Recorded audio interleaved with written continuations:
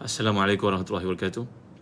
Innal hamdalillah nahmaduhu wa nasta'inuhu wa nastahdihi wa nastaghfiruh wa natubu ilaihi wa natawakkalu alaihi wa na'udzu billahi min shururi anfusina wa sayyiati a'malina may yahdihillahu fala mudilla lah wa may yudlil fala hadiya lah.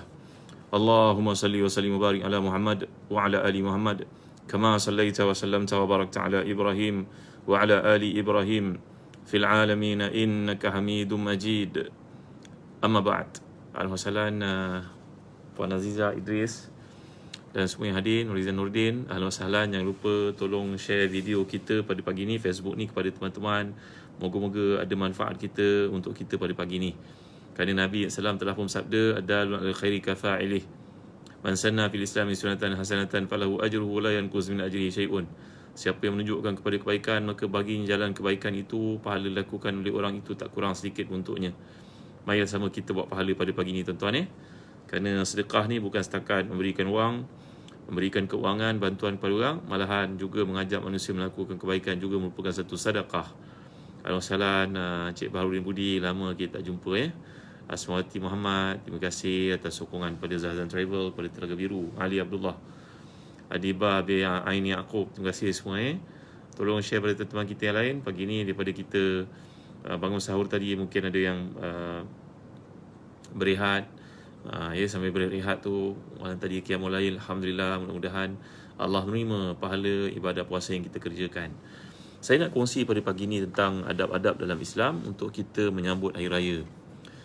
Walaupun Ramadan ni sangat kita rindui, sangat bermakna dalam kehidupan kita yang banyak dosa ni, tapi Ramadan tetap akan meninggalkan kita. Maka apakah persiapan kita untuk menghadapi Syawal dan bulan-bulan berikutnya? Yang mulia Syarif Hayati, Hajah Hafizah, Asrul Effendi, barakallahu fikum. Waalaikumsalam warahmatullahi wabarakatuh. Fatimah B. Abdul Rahman, Alhamdulillah semua. Ain Azmi, tolong share pada teman-teman kita yang lain. Ahmad Kushairi, semudah tekan button share kepada teman-teman kita. Moga ada pahala untuk kita sama-sama mengajak kepada kebaikan pagi ni. Cikgu Rohati, terima kasih Cikgu Rohati. Yang mulia Raja Ruzlin, Osman Mesnari, ahlan sahlan semua. Aspuri Aspura Abdul Khattab, barakallahu fikum dari Ipoh. Muhairi Mansur, Nuruddin Azhar. Walaupun saya tak mengenali tuan-tuan mudah-mudahan kongsian kita ni memberi manfaat untuk kita semua. Mudah-mudahan saya doakan tuan-tuan semuanya dalam kebaikan pada pagi ni, diterima segala amalan. Terima kasih Ustaz Nurlis, yang cukup setia. Banyak dah bantuan yang telah dapat dihulurkan Ustazah Nurlis. Alhamdulillah, syukur pada sahabat-sahabat Ustaz Zahazan yang telah pun membantu perjuangan Ustazah Nurlis kita. Ummu Fatih yang telah pun menghantar bantuan kepada mereka yang memerlukan. Alhamdulillah. Bagi tuan-tuan yang belum join Telegram sahabat Ustaz Zahazan, tolong join. Ada banyak aktiviti yang kita lakukan kat situ yang dibangunkan oleh sahabat. Yang mudah-mudahan Allah beri kepada kita kebaikan. Terima kasih Ustazah Kamisa HMS dari Singapura. Suraya Rajab, Saria Abdul Rahman, Ummu Iman, Robia Amran, terima kasih semua Jazakallahu khairan. Roses Rashid, Baharudin Budi, barakallahu fikum. Suraya Ibrahim, ahlan sahlan. Mastika Muhammad. Baik, kita lihat. Sungguhnya hari raya adalah satu benda yang merupakan hadiah daripada Allah Taala untuk kita semua. Dalam Islam kita cuma ada 2 hari raya saja. Apakah hari raya ini maksudkan? Iaitu kana li ahli al-Madinati fil jahiliyyati yawmani min kulli sanatin yal'abuna fihima.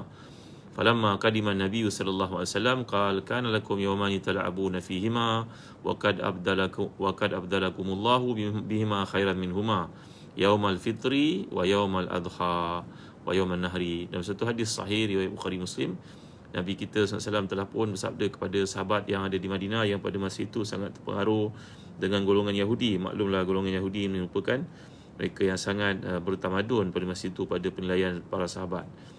Kekayaan mereka, kebiasaan mereka dan perhubungan mereka dengan kutub Samawiyah. Jadi mereka ni ada hari raya. Begitu juga orang Islam terikut-ikut dengan orang Parsi yang menyambut hari Nairuz sebagai contohnya. Maka Nabi kita SAW, Cikgu Muhammad SAW, terima kasih, Nabi telah bersabda, sungguhnya Allah Taala mengetahui kegembiraan hati kamu untuk mengadakan perayaan, maka Allah menggantikan untuk kamu kedua perayaan yang kamu sambut di Madinah itu dengan satu yang lebih berkaitan dengan akidah kamu, iaitulah perayaan Aidul Fitri dan juga Aidul Adha. Jadi inilah perayaan yang berkaitan dengan akidah. Kalau ada orang bertanya, dia masuk Islam, keluarganya masih lagi kafir, maka bagaimanakah hukum menyambut sama-sama dengan kaum keluarga perayaan bangsa yang tidak Islam itu? Jawapannya, jika dia tidak berkaitan dengan akidah, kita pergi meraihkan, sekadar meraihkan dan nak jaga perhubungan. Tak mahu nanti orang mengatakan bahawa bila dah pun masuk Islam, habis semua diputuskan, seperti tanggapan setengah kaum. Jadi kita tak mahu perkara tersebut berlaku, dan telah pun difatwakan di peringkat JAKIM, di peringkat Mufti Sabah, Barakallahu fikum, Datuk Bongsu di Sarawak pun sama.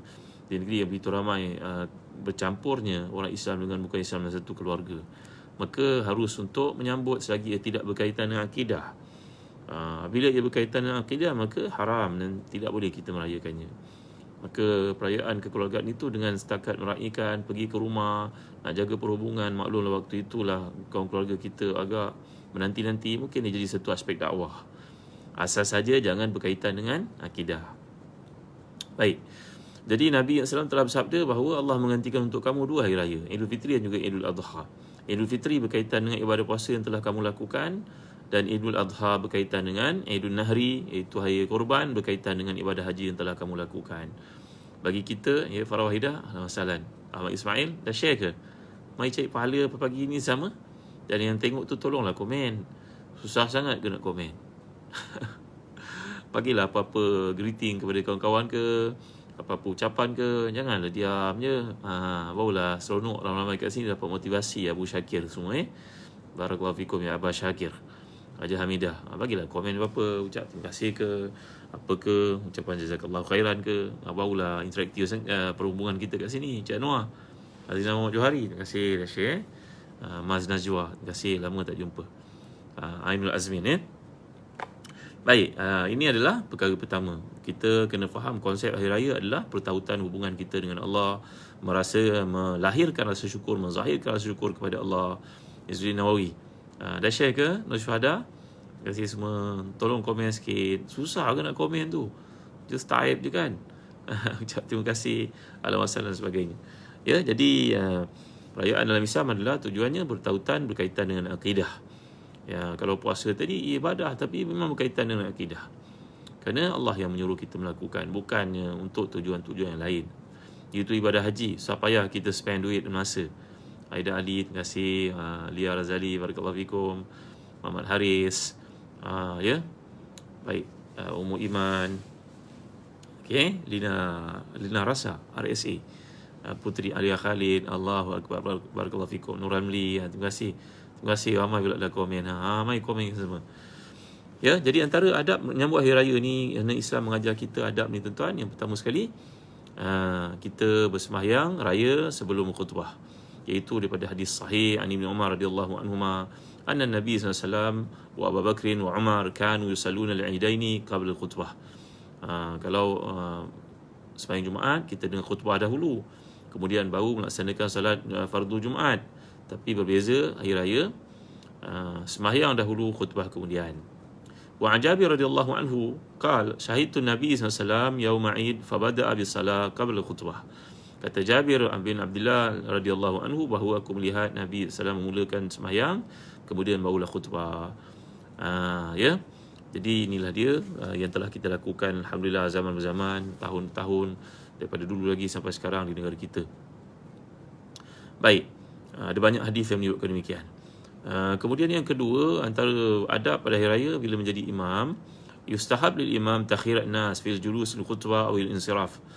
Sunat bagi imam untuk memberi pilihan kepada para makmum sama ada nak duduk dengan khutbah ataupun nak pergi ataupun nak pulang. Mendengar khutbah dan khutbah Jumaat itu satu keperluan, satu kemestian. Ya, kesempurnaan salat Jumaat juga. Tapi kalau khutbah hari raya tidak. Maklumlah, kadang-kadang kita balik kampung setahun sekali, jadi ada keluarga yang menanti, ada tanggungjawab yang nak diuruskan, ada orang datang rumah, maka tidaklah dituntut untuk kita mendengar khutbah Jumaat. Walau bagaimanapun dalam mazhab Syafi'i, seperti disebut dalam Mughni Muhtaj, sebagai contohnya Imam Nawawi nyatakan dalam Majmu' juga, galakan, disunatkan untuk mendengar khutbah Jumaat, khutbah hari raya itu. Ya, walaupun ada hadis yang menunjukkan bahawa Nabi SAW telah pun bersabda, qad qadayna as-salah faman ahabba an yajlis al-khutbah falyajlis wa man ahabba an yazhab falyazhab. Jadi Nabi SAW pernah bersabda kepada para sahabat, bagi siapa yang ada keperluan untuk beredar, pergilah. Siapa yang nak duduk dengan khutbah, baik untuknya. Jadi ada pilihan. Tidak seperti salat Jumaat, ya, yang dimastikan dituntut untuk kita dengar khutbah Jumaat tu. Ali Za'li, ahlan wasahlan. Hamidah Abdul Hamid, ya, semua yang hadir. Bagi komen, alhamdulillah, syukur ramai bagi komen, doa dan sebagainya. Subair Miur Aziz.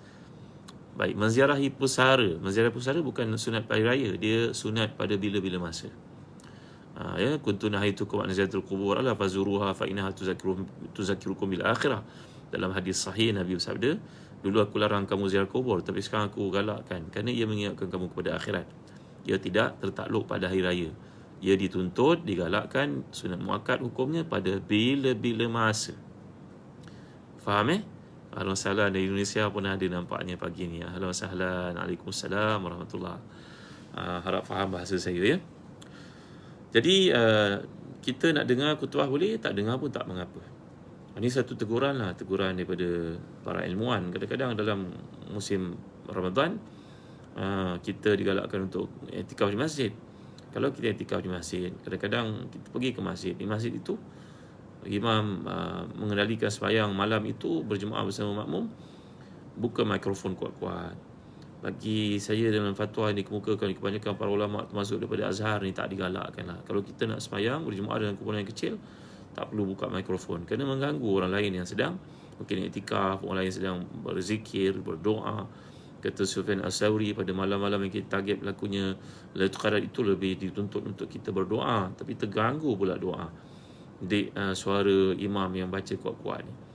Kena ingat tahu, bila kita baca Al-Quran, Haji Hafizah, Miu Aziz, ya, kalau kita baca Al-Quran, kalau kita menangis kerana membabi taghlib, iaitu kita rasa sedih bila mendengar imam tu baca. Kita pergi ke masjid Putrajaya sebagai contohnya, kita pergi masjid Jalan Duta, wilayah Persekutuan Kuala Lumpur, kita pergi ke masjid Bukit Jelutong, kita pergi masjid negara, pergilah mana-mana masjid imam dibaca yang bagus, yang mendayu dan doanya dalam khatam Quran tu. Kalau kita menangis kerana kita faham, ya Allah, kasihanilah kami bila kami dimasukkan dalam liang lahat nanti, kasihanilah kami bila tanah telah menutupi wajah kami, kasihanilah kami ketika dia nangis baca doa tu. Kita menangis kerana faham, itu digalakkan. Tapi kalau kita buat-buat menangis dalam keadaan kita tak faham, boleh batal sembahyang tau. Ya, ini kelebihan kalau kita belajar bahasa Arab lah, barulah kita dapat memahami ibadah yang kita lakukan itu sangat utama. Baik, jadi balik kita kepada kisah ni tadi, bagaimana pentingnya untuk kita memahami perkara-perkara yang terdapat dalam Islam. Ada soalan lagi ke? Nampak macam ada soalannya? Ada soalan boleh ajukan ni, mudah-mudahan saya sempat untuk jawab. Lagi berikutnya adalah digalakkan al-aklu wa syurbu fi yaumil Eid. Digalakkan kita untuk makan dan minum sebelum pergi menunaikan salat sunat Aidilfitri, berjemaah di masjid, di surau, di lapangan dan sebagainya. Ya. Jadi digalakkan kita untuk makan dahulu sebab kita dah berpuasa 30 hari. Maka digalakkan sebelum pergi sembahyang sunat hari raya, makan dulu. Tetapi kalau kita sembahyang sunat Idul Adha, dilambatkan makan sehingga pulang dari menunaikan salat sunat Idul Adha. Syekhuna Al-Fadil Ustaz Muhammad Khidir Husin, seorang ilmuwan hafizahullah, sahabat baik saya, guru saya dari Johor, membuat kajian bagaimana hadis-hadis yang merujuk kepada Idul Adha ni, sebenarnya sembahyang sunat Idul Adha ni dipercepatkan. Masuk waktu sembahyang terus. Takbir, kerana takbir hari raya Idul Adha itu berpanjangan selama 4 hari. Ke-10, 11, 12, 13 tasyrik. Maka waktunya panjang. Maka digalakkan untuk kita sembahyang sunat Idul Adha tu segera. Tapi Idul Fitri disunatkan macam kita kat negara kita, dilambat, ditangguhkan sikit bagi membolehkan ramai orang datang. Ini perbezaan. Kerana sunat Idul Adha tu kita sembahyang sunat raya, lepas tu baru pergi makan. Kan beza daripada Idul Fitri. Ada orang kata, lah Ustaz, isu kecil Ustaz. Saudara, bukan isu kecil, isu besar. Ini isu hukum tau. Wa tahsabunahu hayyinan wa huwa indallahi azim. Ada orang dia bercakap bukan atas kapasiti keimanan, keilmuan, atas dasar emosi. Bila orang tegur dia melenting. Kita tak mau jadi macam tu. Ramadan mengajar kita untuk mengkontrol emosi, kontrol syahwat kita. Orang cakap apa hukum ni? Kerana solat Idul Fitri digalakkan kita makan dulu sebelum pergi. Tapi Idul Adha digalakkan kita sembahyang dulu kemudian baru makan. Bukan macam tu. Tapi kalau kita tangguhkan sembahyang sunat Idul Adha sampai ke nak dekat pukul 9 baru sembahyang, orang tak makan lagi pagi-pagi tu. Ini satu kesilapan yang perlu dibaiki. Ya, kita di Jabatan Agama dan sebagainya kena kaji bab yang dikemukakan ini. Sembahyang sunat Idul Fitri, sunat ditangguhkan, dilambatkan. Tapi sembahyang sunat Idul Adha, sunat untuk dipercepatkan. Kerana jemaah datang mereka belum sempat makan. Lagipun ada korban pada itu kan. Kalau kita dah sembahyang nak dekat tengah hari baru sembahyang, maka bila kita nak korban? Macam mana nak selesai korban pada hari itu? Walaupun ada keluasan pada hari 11, 12 dan 13. Ni perhatikan baik-baik. Baik tuan-tuan ni boleh kau sekalian. Lagi kalau kita lihat, digalakkan, disunatkan yushabul iktisal wa tatayub fi yaumil Eid.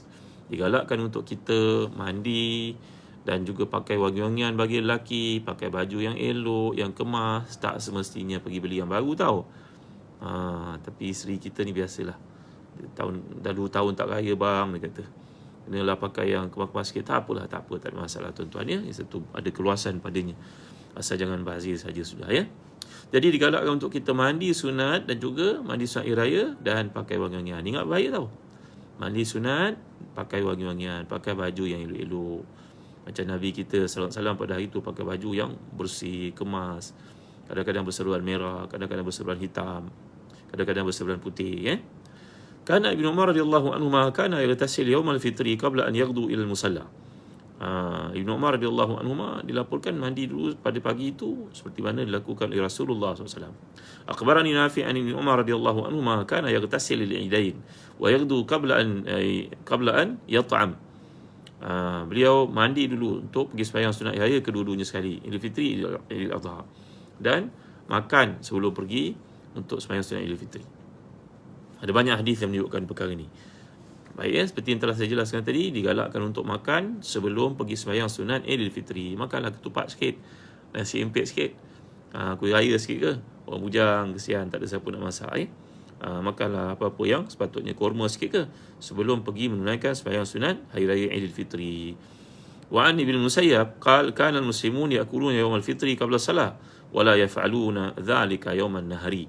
Kata Ibn Musayyab, seorang tabi'i yang terkemuka di Madinah, adalah umat Islam mengikut amalan Nabi mereka SAW, iaitulah mereka akan makan sebelum pergi sembahyang sunat Idul Fitri, tetapi tidak melakukan sedemikian pada sunat Idul Adha. Baik ya. Gitu juga kata Imam Malik, wa kana nas yu'maruna an ya'kulu qabla an yaghdu yawm al-fitri wa ala zalika adraktu an-nasa. Kata Imam Malik, bahawa aku dapati di Madinah ini saki-baki keturunan para sahabat itu, tabi'in itu, mereka akan makan sebelum pergi sembahyang sunat Idul Fitri, tetapi tidak melakukan sedemikian untuk sembahyang sunat Idul Adha. Umur iman. Barakallahu fikum, Mas Puri Aspura. Assalamualaikum. Dah share ke pada teman-teman? Yang tengok tolonglah bagi komen. Bagi soalan pun boleh, insya-Allah. Saya tak sempat jawab pada kali ini, saya cuba jawab pada kali akan datang insya-Allah ya. Janji tapi tak buat ni cara ni ustaz. Allahu akbar, astagfirullahalazim. Janji tak buat. Ni kelemahan saya tuan-tuan. Baik, yang keenam, laisa li salatil idain sunnah qabliyah atau ba'diyah. Sembahyang sunat hari raya tidak ada qabliyah dan ba'diyahnya, tak ada qamat. Jangan qamatlah. Buat malu lah bagi qamat pada sunat hari raya, mana ada qamat. Dia sembahyang sunat, bukan sembahyang fardu. Ya dah balik pada luar negara, qamat Allahu akbar. Sembahyang sunat hari raya tak ada qamat, ba'diyah qabliyah pun tak ada. Itu sebab kita digalakkan sembahyang sunat hari raya ni di lapangan, di medan, di tempat yang luas, bukan di masjid, kerana nak menegakkan syiar Islam, menampakkan kehebatan umat Islam dalam perhimpunan mereka, dalam pertemuan mereka, dalam kerajaan mereka, dalam silaturahim mereka. Ya, jadi kalau kita lihat amalan para salafus salih, mereka tidak, mereka terus duduk untuk bertakbir. Maknanya kalau datang sunat raya itu terus duduk untuk takbir. Ketika pada zaman Sayyidina Ali karramallahu wajhah, beliau melihat ada orang masuk dalam Masjid Nabawi itu, pada masa itu mungkin hujan, mereka sembahyang hari raya dalam masjid, ada yang sembahyang sunat, sembahyang tahiyat masjid pada pagi raya. Maka berkata anak-anak para sahabat, kami tak pernah melihat pun para Amirul Mukminin yang sebelum ni sembahyang sunat tahiyat masjid di masjid pada pagi raya. Mereka terus masuk dan duduk iktikaf, dan mereka terus khutbah, mereka terus bertakbir raya. Lalu kita dikatakan kepadanya, kenapa tak tegur? Dia kata, dalam Islam pula kita tak boleh pula tegur orang nak sembahyang. Ya. Jadi orang nak melakukan ibadah, innama ya'muru masajidallahi man amana billahi wal yawmil akhir wa aqama salat wa ata zakat wa lam yakhsha illallah. Mereka memakmurkan masjid, mereka sembahyang. Ya. Jadi man adzlam mimman mana masajidallahi yazkara fiha ismuhu wa sa'a fi kharabiha. Mereka takut termasuk dalam ayat ini yang menggambarkan tentang sikap golongan pemberontak dan orang yang zalim yang menghalang orang untuk mengimarahkan masjid. Mereka kata para sahabat tak buatlah sembahyang sunat tahiyat masjid ni di masjid pada pagi raya. Mereka terus duduk untuk bertakbir raya bersama dengan para makmumin yang lain. Baik ya, ini bab ilmu. Jadi pada pagi hari raya ni tak ada sembahyang sunat qabliyah ba'diyah. Lepas sebelum sembahyang sunat hari raya terus masuk dan bertakbir. Tak ada sembahyang sunat lah sebelum tu.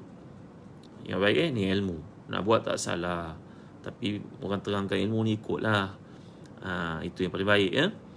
Baik, lagi berikutnya takbir hari raya. Takbir raya ni kita waktu bertakbir kita semua sedia maklum daripada maghrib hari terakhir Ramadan hingga imam naik untuk menyampaikan khutbah. Itulah waktu untuk kita bertakbir raya Aidilfitri.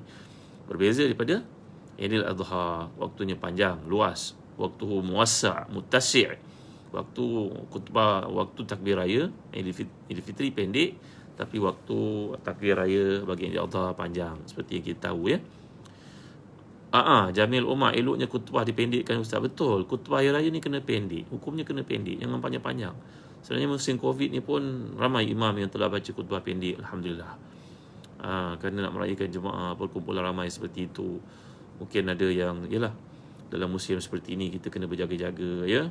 Syarifah Safrina, mandi hari raya haruskah cuci rambut Ustaz macam mandi hadas besar? Ya. Mandi sunat hari raya macam mandi janabah, macam mandi junub, macam mandi yang keadaan besar ya, Syarifah ya. Baik. Masuk masjid terus takbir ya Haji Hafizah. Tak ada sembahyang sunat ba'diyah qabliyah ya. Kalau nak sembahyang sunat duha pun later, kemudian habis sembahyang raya nanti sembahyang sunat duha. Dan sembahyang sunat duha pun bukanlah hukum wajib, ia sunat muakkad. Ada kalanya ditinggalkan oleh Nabi kita sallallahu alaihi wasallam. Mungkin pada hari-hari yang penting seperti Aidilfitri, Aidil Adha, hari kita meraihkan tetamu, para sahabat, keluarga yang jarang berjumpa, ya, maka sembahyang sunat duha itu bukanlah dituntut setiap hari. Ada waktu yang Nabi SAW meninggalkannya. Lagi takbir hari raya Aidilfitri ni, jumhur ulama ala takbir fi Aidilfitri fi min waqtil khuruj ila salah. Digalak kita untuk berkhutbah. Ibn Umar radhiyallahu bertakbir, bertakbir. Sayyidina Umar, Abdullah bin Umar radhiyallahu anhuma akan bertakbir sepanjang keluar di rumahnya sampailah ke masjid ataupun sampailah ke tempat untuk menghadirkan diri sembahyang sunat hari raya itu. Jadi tujuan takbir ni adalah untuk kita muji Allah, wa litukabbirullaha ala ma hadakum wa la'allakum tashkurun. Ya. Pada masuk maghrib 1 Syawal umur iman, sehingga imam menyampaikan khutbah hari raya Aidilfitri ya. Ya, Fiza Ismail masuk masjid terus duduk dan ikut takbir raya. Tak perlu sembahyang sunat. Ya, betul. Ingat baik tolong sampai kepada tetapan yang lain. Ini ilmu. Kalau orang nak bantah juga, kita minta dia dalil lah. Jangan dia bantah terasa emosi dia kerana dia dah buat, datuk dia, nenek dia dah buat dulu. Bukan begitu. Kita ni ikut ilmu Kemudian antara syiar takbir iaitu bagaimana kita mengucapkan takbir. Yusannu lil muslim an yukabbir rabbahu fi tilkal awqat asyrifah bima syaa. Digalakkan kita, disunat kita untuk bertakbir sebanyak-banyaknya.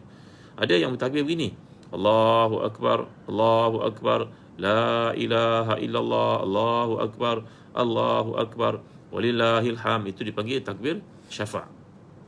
Syafa' maknanya genap, iaitu Allahu akbar, walillahil hamd. Allahu akbar, walillahil hamd. Dua, kemudian kita tahlil. Ada juga yang yukabbir witran. Ada yang mengucapkan Allahu akbar, Allahu akbar, Allah 3 kali kan. Allahu akbar, Allahu akbar, Allahu akbar. La ilaha illallah, wallahu akbar, Allahu akbar, Allahu akbar, wallahil hamd. Jadi 3-3. 2-3. Ada yang mengucapkan dengan baik Allahu akbar, Allahu akbar, La ilaha illallah, Allahu akbar, walillahil hamd. Jadi Allahu akbar tu diucapkan secara syafa'. Syafa' ni maknanya bilangan genap. Ada yang mengucap secara ganjil, iaitu Allahu akbar, Allahu akbar, Allahu akbar, la ilaha illallah, wallahu akbar, Allahu akbar, Allahu akbar, walillahil hamd. Nampak tak? Jadi ucapan Allahu Akbar tu ada mengucapkan secara genap, ada mengucapkan secara witir. Tak ada masalah. Semua itu diamalkan oleh Nabi kita sallallahu alaihi wasallam. Ada pula yang mula-mula syafa' kemudian witir. Dengar syafa' mula dengan genap. Allahu Akbar, Allahu Akbar, la ilaha illallah, wallahu akbar, Allahu Akbar, Allahu Akbar, walillahil hamd. Mula syafa', ujungnya witir. Ada yang sebaliknya. Tak ada masalah, semuanya dibolehkan tuan-tuan. Baik ya. Yang ke-8 dalam sunat hari raya ni untuk pengetahuan kita adalah mukhalafatut tariq. Adalah kita digalakkan untuk mukhalafah makna bersisih jalan. Macam mana bersisih jalan? Pergi ikut jalan ni, balik ikut jalan ni. Apakah hikmah di sebalik ni tuan-tuan? Kata Al-Imam Al-Unawi, khalafat tariq ay raja'a fi ghairi tariqiz zahab ila al-musalla fayazhab fi atwalihima takthiran lil ajri wa yaji'u fi aqsarihima لأن الذهاب أفضل من الرجوع لتشهد له الطريقان أو سكانهما من إنس وجن أو ليسوي بينهما في فضل مروره أو لتبارك به أو لشم ريحه أو ليستفتي فيهما أو لإظهار الشعر فيهما أو لذكر الله فيهما أو ليغيظ بهم الكفار أو يرهبهم بكثرة أتباعه أو هذرا من كيدهم أو ليؤم أهلهما بالسرور برؤيته أو ليقضي هوائجهم أو ليتصدى أو يسلم عليهم أو ليزور قبور أقاربه أو ليسر رحمه أو تفاؤلا بتغير الحال للمغفرة أو تخفيفا للزهام أو لأن الملائكة تقف بالطرق أو هذرا من العين أو لجميع ذلك أو لغير ذلك. Ya Allah, banyak ada. Tuan-tuan dengar baik. Kata Imam Munawi, seorang ahli hadis terkemuka dalam Faidul Qadir, kenapa kan Nabi SAW mensyariatkan mengajar kita dan tindak tanduk baginda adalah syariat yang kita ikuti? Kenapa pergi ikut jalan lain, balik ikut jalan lain? Apa hikmahnya? Dengar baik, panjang. Digalakkan kita pergi jalan yang agak jauh, balik ikut jalan dekat sikit. Katalah kita naik kereta, satu keluarga nak pergi sembahyang sunat raya, pergi jalan yang ada tol, balik jalan tak ada tol. Digalakkan kita pergi itu, pergi ikut jalan yang lebih jauh daripada pulangnya. Kenapa? Kerana nak pergi itu lebih besar pahalanya, kata beliau. Tengok ni orang alim lagi, faqih bercerita. Baik. Kenapa Nabi buat begitu? Kerana setiap jalan yang kita lalui itu akan menjadi saksi di akhirat di atas apa yang pernah kita lakukan. Kan orang bila lepas sembahyang dia pergi sembahyang sunat banyak tempat kan. Tanya pada dia kenapa? Kata supaya setiap tempat tu menjadi saksi kepada kita. Maknanya banyak tempat yang akan jadi saksi kepada kita bila kita sujud. Kerana tak ada tempat yang kita sujud, melainkan tempat sujud itu akan jadi saksi untuk kita di akhirat. Amalan ni betul. Jadi supaya kita dapat melalui lebih banyak jalan dan dapat melihat lebih ramai orang. Dan sebenarnya yang melihat kita ni bukan saja manusia. Ada melihat kita jin, ada orang ramai. Mereka semua akan jadi saksi kepada kita tentang kebaikan yang pernah kita buat di akhirat nanti. Mereka akan jadi saksi. Ya. Jadi tuan-tuan, dan begitu juga untuk mendapat keberkatan padanya. Ini perkara yang bersifat keberkatan. Ya, tuan-tuan dimulakan. Kita pun tak tahu mana tempat yang diberkati oleh Allah SWT. Mungkin kat tempat tu ada sekolah agama kita lalu, banyak keberkatannya. Mungkin kat tempat tu ada kawasan perkuburan para salihin yang mereka dalam hidup banyak kebaikan, kita pun tak tahu. Maka digalakkan kita untuk memperbanyakkan laluan pergi semayang Idul Fitri dan juga Idul Adha. Pergi ikut jalan lain, balik ikut jalan lain. Lagi apa kata beliau? Ataupun untuk menghidu bahunya, ataupun yastafti fihima, ataupun mungkin kita ni orang berilmu, maka ada orang nak tanya pada kita hukum hakam. Kita lalu bertanya, Ustaz, macam ni Ustaz nak pergi sembahyang raya, tak sempat beli baju raya. Contoh orang tanya soalan. Kan? Allahu Akbar, Masya Allah. Masa Najwa, saya pun membaca ini, Masya Allah, hebatnya kajian para ulama. Tuan-tuan nak baca lebih lanjut, tuan-tuan dapatkan dalam buku ni. Namanya Ensiklopedia Amalan Setahun. Ini saya terjemahkan daripada bahasa Arab, Naskah Arabia. Ini tajuknya Ensiklopedia Amalan Setahun yang mendatang kepada kita kepentingan untuk tahu waktu-waktu yang punya kelebihan dan barakah di sisi Allah SWT yang kadang-kadang kita terlepas pandang. Bukan Ramadan saja, ada banyak waktu lain. Jadi apa lagi kata beliau, iaitu supaya kita selaku orang yang berilmu mungkin menjadi tempat rujukan orang. Kita lalu setempat, adalah peluang orang tanya. Lalu kod lain, bahagian lain ada orang lain nak bertanya. Ataupun li izhari syiar fihima, untuk kita nampakkan kehebatan Islam itu. Bayang kita pergi sembahyang Jumaat, sembahyang ayah-ayah pada bersama keluarga setempat, orang pun nampak masya-Allah fulan. Bagusnya mak dia pun ada, anak dia pun ada. Bagus, rapat hubungan mereka. Kita kena je. Contoh orang ambil iktibar daripada kita. Lalu kat tempat lain, maka lalu kat tempat lain orang lain pula nampak. Bukan kita nak menunjuk, tapi nak menampakkan rapatnya hubungan itu, yang mudah-mudahan memberi pedoman kepada orang lain. Tuan-tuan ni boleh kat sekalian, seorang sahabat, seorang ustaz bercerita, seorang ustaz sahabat saya. Dia dengan anak-anaknya selalu bincang, kadang-kadang macam berdebat. Wa amruhum syura bainahum. Anak-anaknya pun rajin berdebat. Saja Ustaz Azan, anak latih anak-anak bercakap supaya dia jadi public speaker, untuk public speaking. Kerana besok mereka saja dah besar, dah masuk universiti dan sebagainya. Maka bila peluang dia nak belajar bercakap untuk articulate idea dia? Maka anak menggalakkan dia. Kadang-kadang macam bergaduh kami. Kerana nak berdebat. Anak pun benarkan ni ustaz ni punya metodologi lah. Ikut Abu Hanifah, Imam Abu Hanifah, kelas ilmunya macam majlis debatan, kerana dia sentiasa kemukakan idea kepada anak muridnya untuk berfikir. Imam Malik pula kuliahnya ka'na ala rusihi mutair. Bila Imam Malik menyampaikan ilmu, tak ada seorang bercakap. Siapa bercakap dan juga ketawa tanpa sebab, nanti dihalau keluar. Masing-masing punya metodologi lah. Para sahabat pun ikut Nabi kita SAW, terkesan daripada Nabi SAW dengan berbagai pendekatan. Baik ya. Jadi akhirnya Ustaz ni berkata, tiba-tiba ada seorang anak kepada kawan anaknya datang ke rumah untuk datang ziarah daripada jauh, ikut anak dia balik cuti universiti. Maka budak ni pun terkejut tengok, berdebat kau dengan ayah kau, macam nak bergaduh. Bukan bergaduh, kita bincang. Sampai cari jawapan Syed Muhammad. Terima kasih Ustaz Nulis, tercatat doa-doa dan juga petua panduan kita ya. Terima kasih Ustaz Nulis ya. Tak terbalas jasa NT ya. Balik kepada cerita ni tadi, maka budak itu pun terkejut melihat, ya Allah, rapatnya hubungan, patutlah kau beradik pandai, semua terbuka untuk bincang. Ayah pun dapat jawab dengan baik. Tak dapat jawab, nanti rujuklah buku ensiklopedia ke, mausu'ah mana-mana ke, tanya orang alim ke, ayah jawab.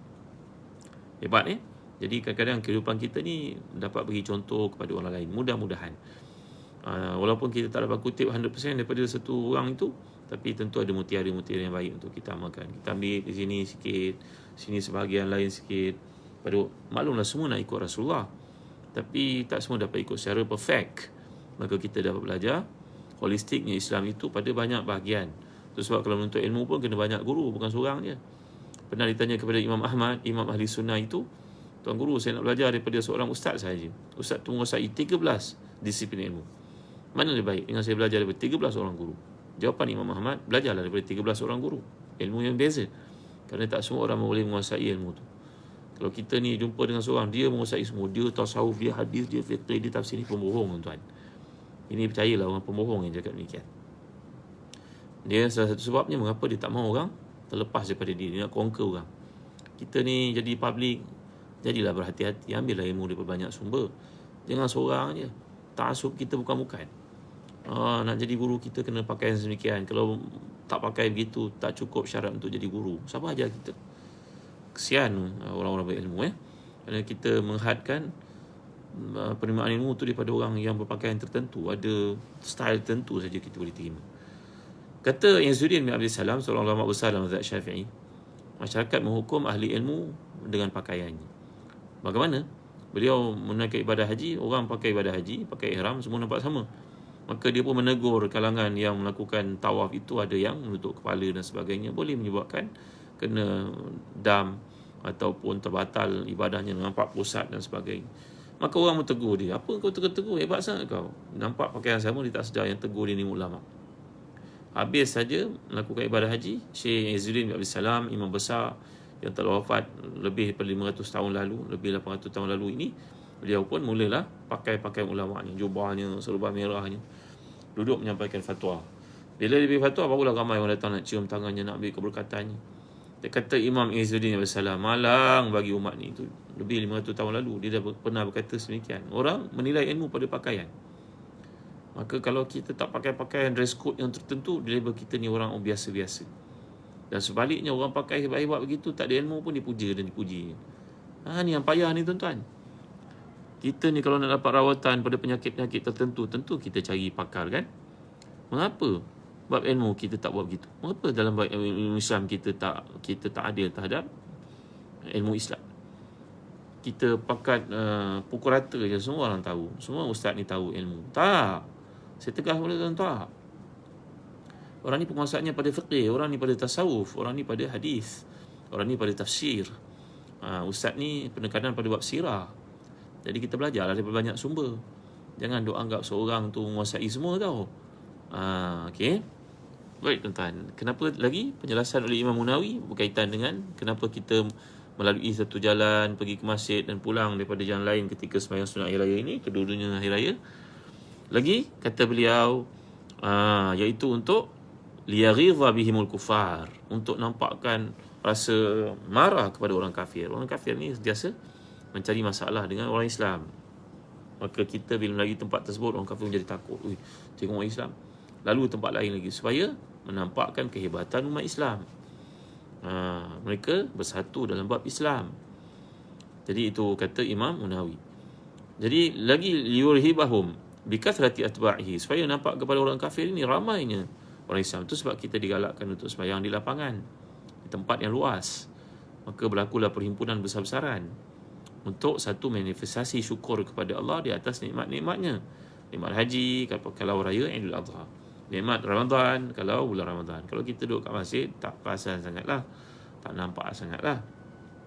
Maksudnya, ataupun hadran min kaidihim liya'umma ahluhum bisurur bi ru'yatihi, supaya orang Islam pun rasa seronok dapat melihat ramai orang Islam.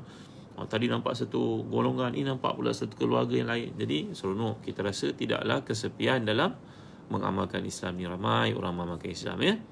Lagi liyaqdi hawaijahum aw liyatasaddaq aw yusallim alaihim. Mungkin kita lalu satu tempat, barulah kita aware tentang adanya orang yang memerlukan bantuan. Lalu kat satu tempat tengok Allah, rumah orang miskin, kesian mereka, cukup tak makan pakai. Kalau kita tak lalu situ, kita tak tahu.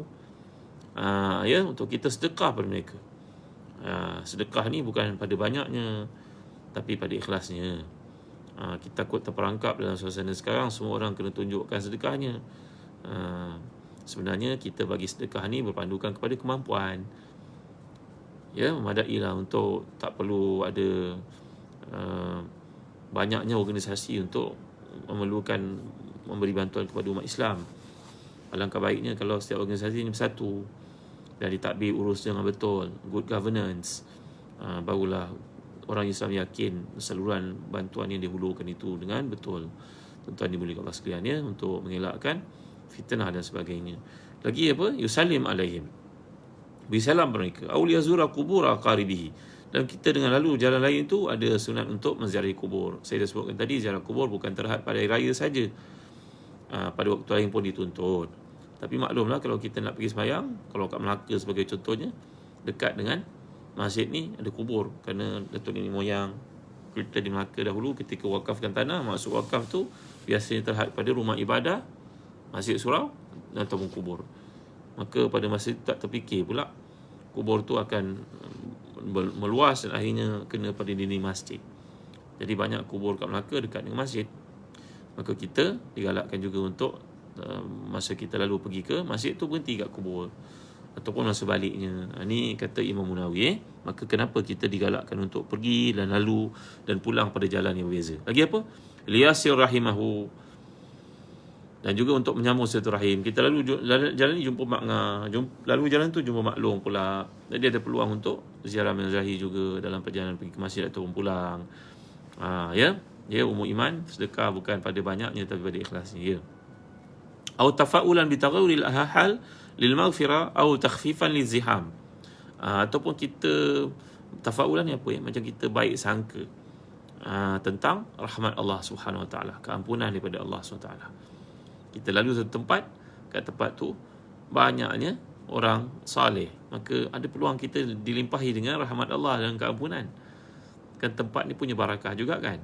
Jadi kita mencari-cari tempat keberkatan. Tu macam waktu kita makan. Jangan makan kemudian tinggalkan yang terakhir kat tengah-tengah. Makan semua rasa. Kerana kita tak tahu keberkatan yang Allah turunkan pada rezeki tu duduk kat mana. Ya, jadi rezeki kita makan. Tu sebab bila kita makan jangan ambil satu bahagian saja. Yang tiba bahagian akhir sini macam kita makan dan dulang masa belajar kat universiti lah. Tinggal bahagian semua bangun. Tak nak basuh dulang. Sebenarnya kita digalakkan macam orang Jawa. Mereka ada nasi ambeng kan. Nasi ambeng tu campur kaul makan. Ya, jadi digalakkan kita dalam bab melalui jalan ke masjid ni pun melalui banyak tempat, kita tak tahu mana tempat yang mendapat keberkatan lebih daripada yang lain. Itu maksudnya. Ataupun untuk mengelakkan jam, takhfifan li ziham. Masya-Allah, Imam Nawawi menyatakan macam dia tahu apa berlaku pada kurun ke-15 Hijrah ni kan. Dengan jamnya, dengan apanya. Jadi kita mengelakkan jam. Lalu di tempat-tempat yang kita ikut Waze ke apa ke, nampak laluan-laluan yang sempit, kecil, tapi membantu kita untuk elakkan jam. Ataupun li'anna al-malaikata taqifu fi turuq aw hadhara min al-'aini aw jami' zalika aw zalika. Entah sebab yang berapa dia sebut beliau ni, banyak ni, berpuluh-puluh. Juga kerana mungkin kita lalu tempat yang berbeza kerana malaikat yang berbeza ada di tempat itu. Lalu sini tadi malaikat ni, lalu tempat lain malaikat yang lain yang sentiasa mendoakan untuk kita. Nampak tak? Dan yang terakhir sekali kata beliau, atau mungkin untuk mengelakkan adanya ain. Ain ni pandangan yang buruk. Kita lalu kot ni, mungkin ada orang yang dengki dengan kita, pandangan matanya itu memberi mudarat kepada kita, kepada anak-anak. Itu sebab bila kita keluar rumah kena berdoa. Bismillahirrahmanirrahim wala haula wala quwwata illa billah kan. Ataupun bismillahi an adil aw udal aw azil aw uzal aw adlim aw udlam. Jadi minta tolong pada Allah Taala selamatkan aku daripada tergelincir, digelincirkan, dizalimi, menzalimi, dianiaya orang dan sebagainya. Jadi doa-doa yang kita keluar rumah. Ya. Jadi ini antara sebab apa dipelbagaikan tempat pergi dan balik itu, satu daripadanya menyalakan ain. Ain ni tadi apa dia? Mata yang jahat. Kod ni mungkin ada mata yang jahat, jadi kita lalu kod lain. Banyakkan jalan. Jadi kurangkan risiko, maksudnya macam tu. Saat dia nikmat Barakallahu fikum. Ini kata Imam Nawawi. Lagi jangan lupa tuan-tuan, pada hari raya ni digalakkan kita untuk tahniah, ucapkan tahniah. Dan tahniah yang dimaksudkan macam Melayu kata sama air maaf zahir batin, kurang tepat. Yang tepat adalah seperti ditunjukkan Nabi kita SAW, kata Khalid bin Mi'dan, laqitu Wathila bin al-Asqa' fi yawmi 'id faqultu taqabbalallahu minna wa minkum. Jadi para sahabat Nabi pada hari raya mereka mengucapkan taqabbalallahu minna wa minkum. Macam kita ucapkan lepas sembahyang lah, betul lah tu. Maknanya kita mendoakan supaya ibadah puasa mereka diterima oleh Allah dengan doa taqabbalallahu minna wa minkum. Taqabbalallahu minna wa minkum. Ya Allah, terimalah daripada aku, daripada engkau. Ya, dalam Islam ni diajar kita berdoa tu untuk diri kita dulu, baru doa untuk orang lain. Ya, kerana ini merupakan apa yang diajar oleh Allah Taala, apa yang ditunjukkan Nabi SAW. Maka dikatakan para sahabat ini berkata kepada Nabi, laqitu Rasulullah faqultu, kata Wathilah, aku berjumpa dengan Rasulullah, aku mengucapkan kepada Rasulullah, taqabbalallahu minna wa minka ya Rasulullah. Allah terima daripada saya, daripada Tuhan wahai Rasulullah. Sahabat pun kata demikian pada Rasulullah. Maka Nabi pun jawab, na'am taqabbalallahu minna wa minka. Ya, Allah terima daripada kami, Allah terima daripada kamu. Nabi pun jawab demikian. Inilah tahniatul Aid. Congrats untuk hari raya. Selain daripada itu nak tambahlah sama raya ma'azabatin. Itu kemudian. Yang paling utama, ajarlah mereka untuk ucapkan taqabbalallahu minna wa minkum. Taqabbalallahu minna wa minkum, ya. Ini adalah amalan Nabi kita sallallahu alaihi wasallam. Begitu juga kata Al-Hafiz Ibn Hajar Asqalani, ini merupakan amalan para sahabat, iaitu taqabbalallahu minna wa minkum. Begitu juga disebut dalam Al-Mughni oleh Ibn Qudamah. Kalau Ahmad dituntut kita, digalakkan kita untuk mengucapkan taqabbalallahu minna wa minkum. Lagi tuan-tuan, digalakkan kita untuk at-tawsi'ah 'alal ahli wal 'iyal fi 'ayamil 'id, iaitu digalakkan kita untuk apa tuan-tuan? Untuk ada kelonggaran, ada keluasan pada hari raya. Iaitu apa? Seperti disebut rawathu ummul mukminin Aisyah radhiyallahu anha, ketika Nabi SAW balik ke rumah aku, kata Aisyah radhiyallahu anha, ada dua orang hamba perempuan, saya perempuan yang sedang menyanyi. Maka Nabi pun duduk di rumah, tapi Nabi memalingkan wajah baginda daripada melihat dua orang saya ni sedang menyanyi. Tiba-tiba Abu Bakar pun datang. Abu Bakar pun menegur, mengherdik. Mizmaratu syaitan ila Nabi SAW. Adakah seruling syaitan di rumah Nabi? Abu Bakar tak perasan Nabi ada kat situ. Lalu Nabi SAW pun menegur. Abu Bakar mengatakan, da'huma. Ya, wahai Abu Bakar, biarlah. Ini hari raya, wahai Abu Bakar. Inna likuli qaumin aidan wa haza aiduna. Ini merupakan hari raya. Jadi lagu-lagu yang memuji Allah, lagu-lagu yang mengundang kasih sayang, asas tidak ada percampuran dan penyebutan tentang syahwat, pemujaan pada perkara-perkara bersifat syahwat, maka harus untuk didengar pada hari raya ni, tuan-tuan dimuliakan Allah sekalian. Berpandukan kepada hadis inilah. Baik, ini antara adab kita pada hari raya. 10 adab saya dah jelaskan kepada tuan-tuan. Siapa yang dapat catat, Alhamdulillah. Siapa yang tak dapat catat, minta lah masuk dalam Telegram sahabat Ustaz Hazan. Dah masuk Telegram sahabat Ustaz Hazan. Kat situ Ummu Fatih nanti akan salin bagi semua apa yang disampaikan. Lagi hari tuan-tuan, hari raya, hari menjadi silaturahim. Jaga silaturahim. Kerana dengan sebab silaturahim ini, kemakbulan doa berlaku. Kerana Allah menyatakan pada awal surah Nisa, fattaqullaha allazi tasaaluna bihi wal arham. Taqwalah kamu kepada Allah dengan minta kepadanya dan menjalin silaturahim. Kata para ulama tafsir macam Al-Imam Al-Qurtubi, bahawa dengan menjaga silaturahim, doa kita dimustajabkan oleh Allah. Siapakah yang paling utama untuk kita dampingi? Ayah ibu kita lah. Ayah ibu kita, ayah ibu mertua kita, adik-beradik kita. Ini yang paling utama. Kalau kita tak boleh nak buat open house big scale, buat small scale, kumpulkan mereka. Utamakan mereka. Tolong tuan-tuan. Ya, jangan kita duk sibuk dengan orang lain, keluarga kita terabai. Sibuk duk bantu sana sini, ahli keluarga miskin pun tak ambil tahu. Ya, jadi kena jaga. Yang kita pergi buat besar-besaran tunjuk pada orang, kerana kat situ glamour. Kita bantu adik-beradik tak ada glamour. Mudah-mudahan Allah samakan kita pada sifat macam ni, tuan-tuan. Lagi pada raya, janganlah berkata perkara-perkara yang boleh menyakiti hati orang. Ui, besarnya badan. Contoh sebut. Jangan sebut, tuan-tuan. Jangan malukan orang. Cantiknya budak ni, bulatnya. Kalau waktu malam tak perlu ada selimut, peluk dia je dah hilang panas, dah hilang sejuk. Tuan-tuan, jangan sebutlah, tuan-tuan. Mana kita tahu budak tu kecil tu dia sedang makan ubat tertentu untuk kawal apa benda dalam sistem badannya, kita pun tak tahu. Kalau kita pergi ke hospital, kita dengar doktor punya explanation terhadap pesakit ada macam-macam. Budak ni kena makan ubat ni, kesan dia makan ubat ni, badan dia macam dipam-pam. Janganlah, tuan-tuan. Janganlah duk kata body shaming orang kata. Malu-malu kawan, janganlah sebut benda ni. Tolonglah, tuan-tuan. Hari raya dah susah nak jumpa. Tiba-tiba kita kata perkataan ni meluka-lukakan orang pula, melaga-lagakan orang, menyampai-nyampaikan pula. Mungkin orang tu sampaikan maksud lain pada kita. Kafah bil mar'i asiman an yuhaddits akhahu bi kulli ma sami'. Amatlah rugi dan berdosa besar seorang yang dengar aja benda dia pergi sampai pada orang lain. Padahal yang maksudkan tu bukan begitu. Tengok orang Melaka kan. Orang Melaka. Orang Melaka ni kalau jumpa kata-katanya kasau. Kadang-kadang sampai perkataan la habau. La habau ni bahasa Melayu, Melaka maksudnya la khabar. La habau, engkau lama tak jumpa, ingat dah bahasa dia tahu orang Melaka. La khabar sebenarnya bukan la habau tu, bukan keji, la khabar. Kan Melaka mula-mula yang masuk Islam di tanah Melayu ni. Kan bunyi bahasa Arab tu. La khabar, la habau je. Ya. Orang Melaka cakap kasau tau, tapi masuk dalam hati kerana kita tahu dia ikhlas. Tapi kadang-kadang benda tu kita tak ikhlas cakap benda yang baik pun untuk diterima. Asma Draman masuk nanti kita masukkan ni. Minta tolong kat Ummu Fatih masukkan dalam Telegram sahabat Ustaz Hazan.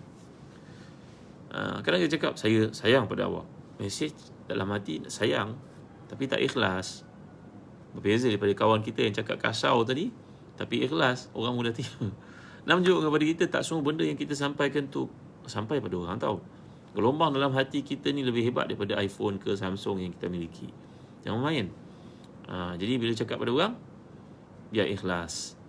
Cakap yang baik. Kalau perlu tegur, tegur dengan tidak memalukan. Kerana kita sebut depan orang ni boleh mengaibkan orang. Ya. Tuan-tuan, kata seorang sahabat tu, seorang ustaz kena tutup komen. Tak boleh bagi orang komen. Kerana komen ada yang benda tak kena, hati tak baik. Cari dosa bulan puasa nak buat apa, pergi komen-komen yang tak elok pada orang, tuan-tuan.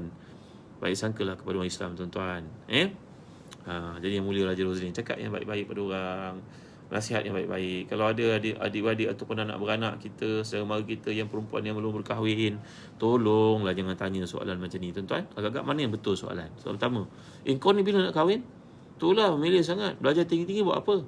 Ataupun yang kedua, dalam responden yang sama kita ucapkan, nak, ataupun kakak, ataupun adik, ataupun anakku, ya, nanti Mak Long doakan dapat suami yang saleh, yang takwa, yang kaya raya. Mak Long akan sentiasa doa walaupun dah habis Ramadan untuk kau. Agak-agak mana yang lebih baik, tuan? Yang pertama ke yang kedua? Nak undi? Ini fitrah tau. Ini tak perlu belajar kat universiti pun. Ini common sense sama dia. Ya. Jangan tanya kod pertama tau. Sian tak perempuan tu. Dia baru nak beraya.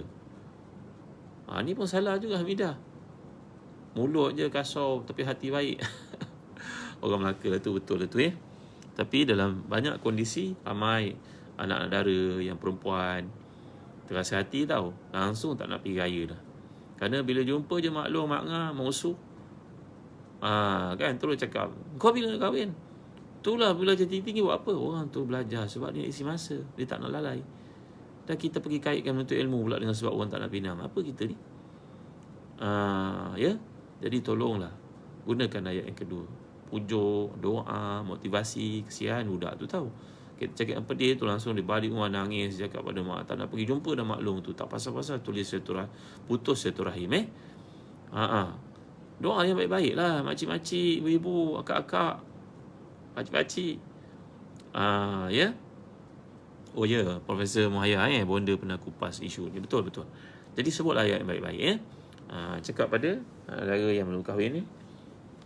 Ya, kakak, Pak Long sentiasa doakan kakak dapat suami yang saleh. Biasanya hero datang lambat. Contohlah kita kata begitu ya. Jangan komen apa-apa yang menyakitkan hati orang lah. Tolonglah tuan-tuan, kesian tuan-tuan. Agak-agak mana lebih baik kalau kita ni jadi manager. InsyaAllah Khairul Faizi, barakallahu fikum, sahabat baik saya, IR Khairul Faizi in senior. Mana yang baik? Kita ni pengurus, kita ada pekerja, satu pasukan 10 orang, maka kita pun duduk bincang dengan mereka. Dah habis meeting, kita nak sambung meeting kedua, tapi memerlukan 3 orang saja yang hadir. Agak-agak mana manager yang terbaik? Yang pertama cakap okey, yang lain semua keluar, saya nak 3 orang je. Ataupun gaya bahasa yang kedua, dia cakap, manakala tuan-tuan semua sibuk, terima kasih atas input, semua saran telah diberikan. Saya nak sambung sikit lagi meeting. Saya nak sambung sikit lagi meeting. Saya perlukan 3 orang hadir kat sini. Yang lain saya tahu sangat sibuk, tolong sambung kerja tuan-tuan masing-masing, kerja ibadah. Panjang sikit tapi tak keluar duit pun tahu. Tapi yang kedua tu ada pahala. Kalau begitu kita cakap 10 tahun jadi manager, 10 tahun kita dapat doa daripada orang bawahan kita. Manager, bagus.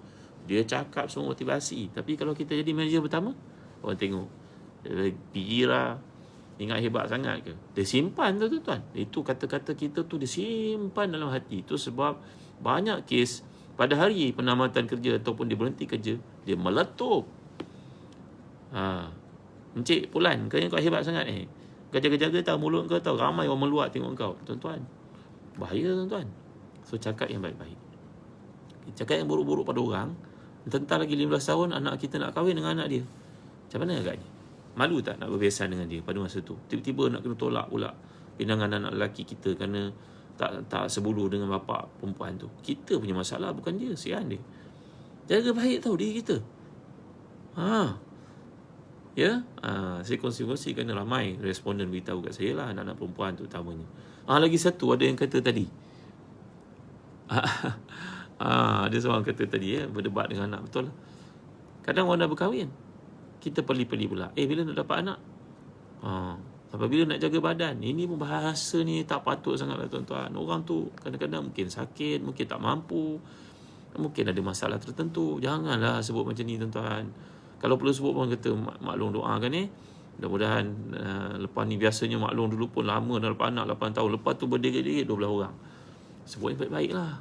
Bagi semangat kat orang. Kan kata-kata tu motivasi doa kan. Jumpa pula seorang anak semua perempuan. Masya Allah besok cepat dapat menantu. Luka tak perasaan orang itu rasa-rasa tuan-tuan? Kalau luka jangan buat tau. Luka jangan buat. Ada orang pula bercakap, Masya Allah semua perempuan, ya Allah senangnya masuk syurga. Rasulullah pernah bersabda doa kan. Ada kawan saya tu anaknya semua perempuan. Tiba-tiba bila dapat menantu semuanya bagus-bagus. Doktor seorang, engineer seorang, arkitek, menantu dia semuanya baik-baik. Allahu Akbar, Masya Allah, baiknya orang ni, hebatnya orang ni. Ya, tuan-tuan kena ingat tau, apa yang kita katakan itu menjadi kesan kepada anak-anak saudara kita. Masa kecil dia tak respon, tapi bila dia besar, dia akan bagi silent respon pada kita, silent protest. Dia tak akan pergi datang rumah kita lagi, dia tak akan pedulikan kita lagi, dan dia tidak akan ambil tahu hal kita lagi, kerana bagi dia terluka sekali cukup, tak mau lama-lama. Ya, manusia tak ada perasaan ke? Kau ingat manusia tak ada perasaan? Jaga-jaga tuan-tuan tau. Tiba-tiba besok kita jumpa anak saudara yang selalu kita perli, kita bahasakan tu, jadi doktor pakar kat HKL.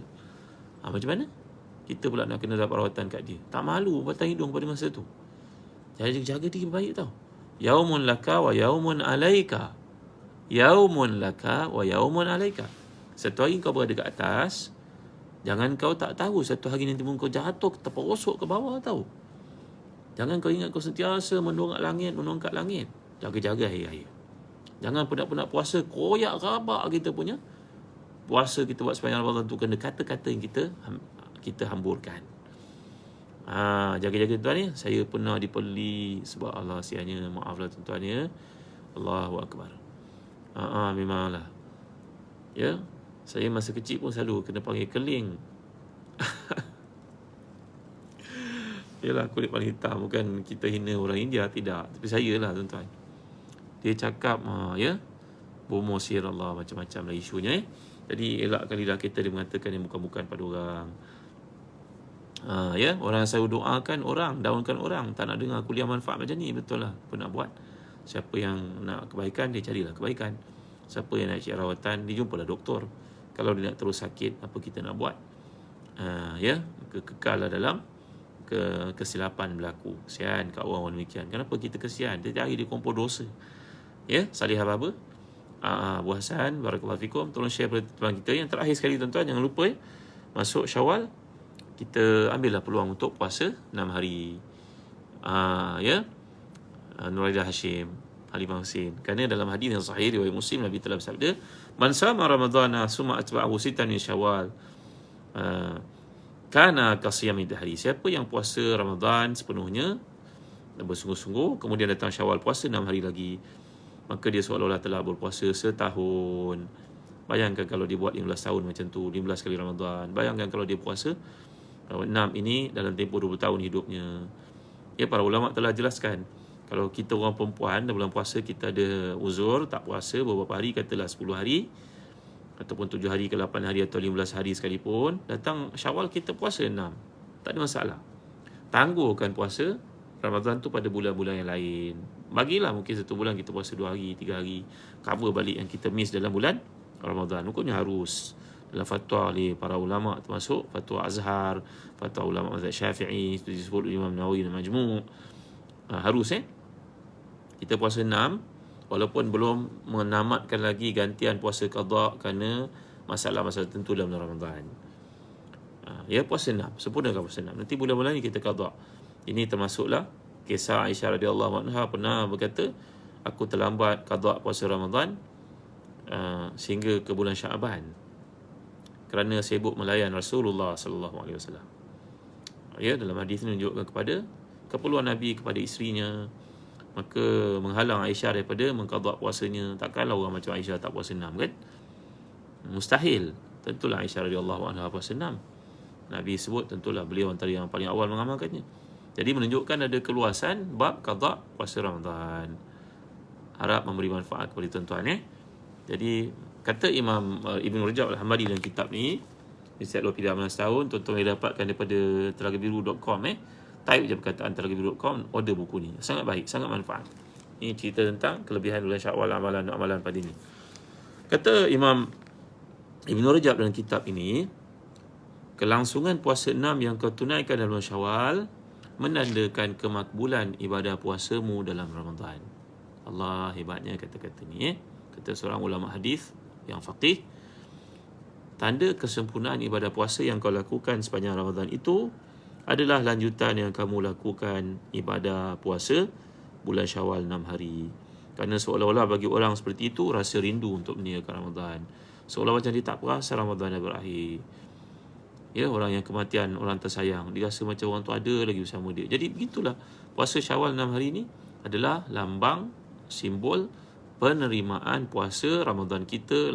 Lantas soalan tu masih ada Ramadan lagi di puasa 6. Itu tanda kemakbulan puasa 6-nya puasa Ramadannya, kata Imam Ibn Rajab. Kata-katanya sangat wajih, sangat hebat. Baik tuan, setakat ini saja dulu untuk renungan kita pada pagi ini. Ya, mudah-mudahan Allah memberkati kita, beri pada kita peluang untuk memperbaiki amal saleh kita sentiasa. Ya, jadi atas apa-apa pesan yang telah pun dititipkan kepada tuan-tuan pada kali ini, mudah-mudahan memberi manfaat yang banyak kepada kita semua. Jadi tuan-tuan juga Allah sekalian, saya teringat sebuah hadis yang disampaikan dalam Musnad Ahmad dan lain-lain, dan kita amalkan sama doa ni. Iaitu seorang sahabat bernama Syaddad bin Aus datang bertanya kepada Rasulullah, mencerita kepada Rasulullah, nampak tak sekarang ni ramai orang kumpulkan emas. Ini berlaku tak pada zaman Nabi tau. Kedai-kedai emas semua penuh. Maka kita yang tak ada duit nak beli emas ni, rasa kadang-kadang ketinggalan. Usah rasa ketinggalan tau. Kerana Nabi pesan khusus dalam bab ini, ketika kamu lihat manusia semua sibuk dengan berbagai agenda keduniaan, mengumpulkan harta, kamu kumpulkanlah harta akhirat. Kamu akan jadi jutawan akhirat yang tak dapat ditandingi oleh sesiapa pun. Dan akhirat itu lebih kekal daripada dunia. Wal akhiratu khairu wa abqa. Akhirat itu terlalu mulia untuk dibandingkan dengan dunia dan dia berkekalan.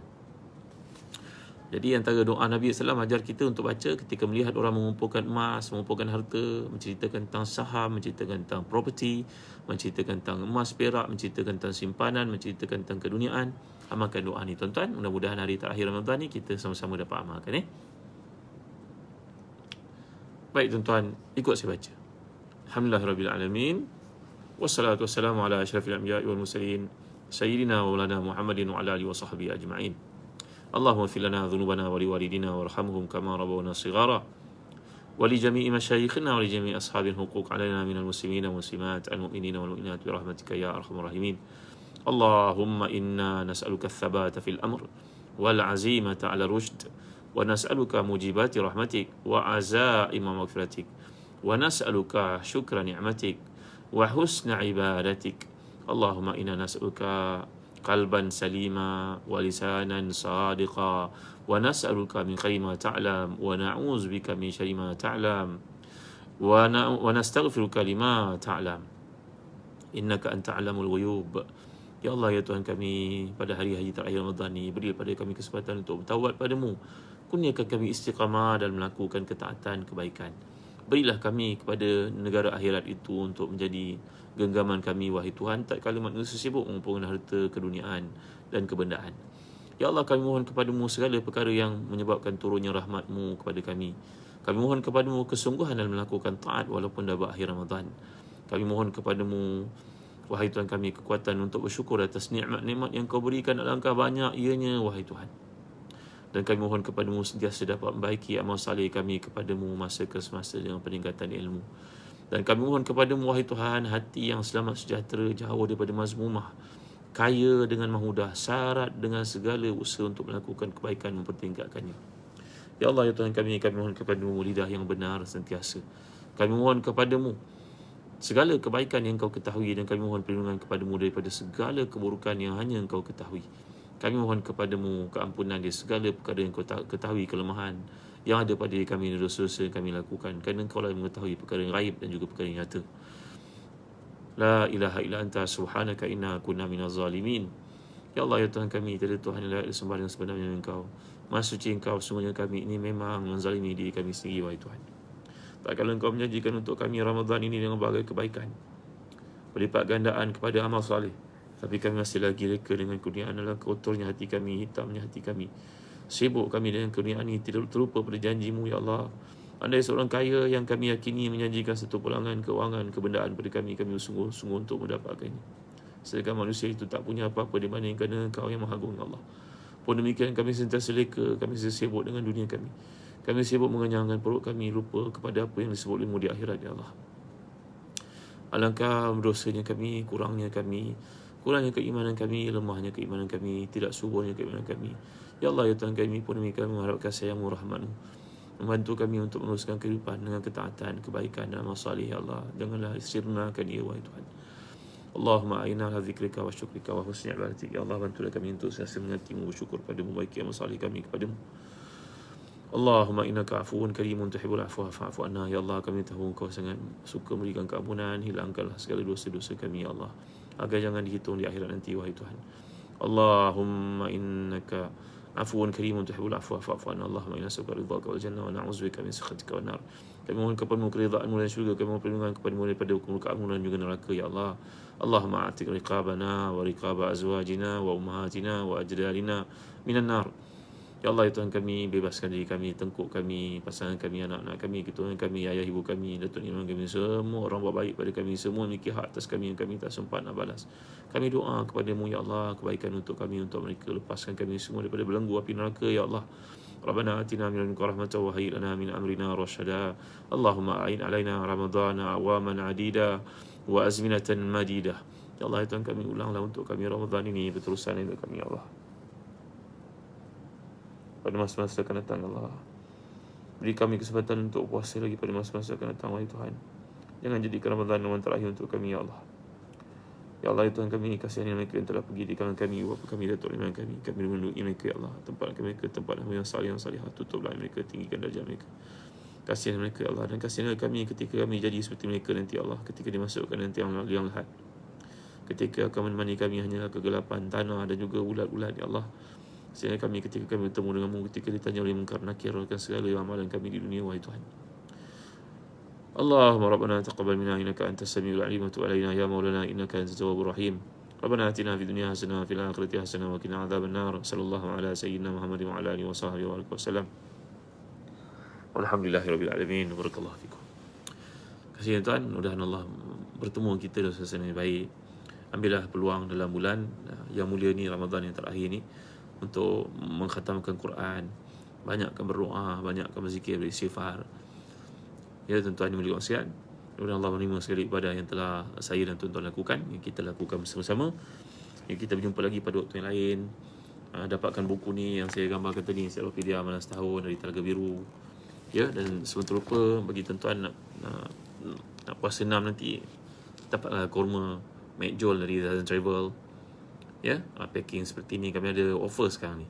Dan begitu juga ada birkah batu sauda yang disarankan oleh Islam untuk kita makan selalu. Ini adalah jenama birkah habatus sauda yang telah pun diproses untuk kemudahan tuan-tuan makan. Ya, mudah-mudahan pada zaman penyakit bertebar, bersebaran seperti ini satu usaha kita, kan Nabi bersabda, makanlah habatus sauda, dia selamat daripada semua penyakit melainkan kematian. Inilah habatus sauda birkah yang telah kami proses dengan jenama birkah, boleh dapatkan daripada Zahazan Travel. Nanti tuan-tuan berpeluang juga untuk jadi agent affiliate kami. Yang tuan-tuan jual, tuan-tuan promotekan, tuan-tuan dapat hadiah, dapat commission, nak tak?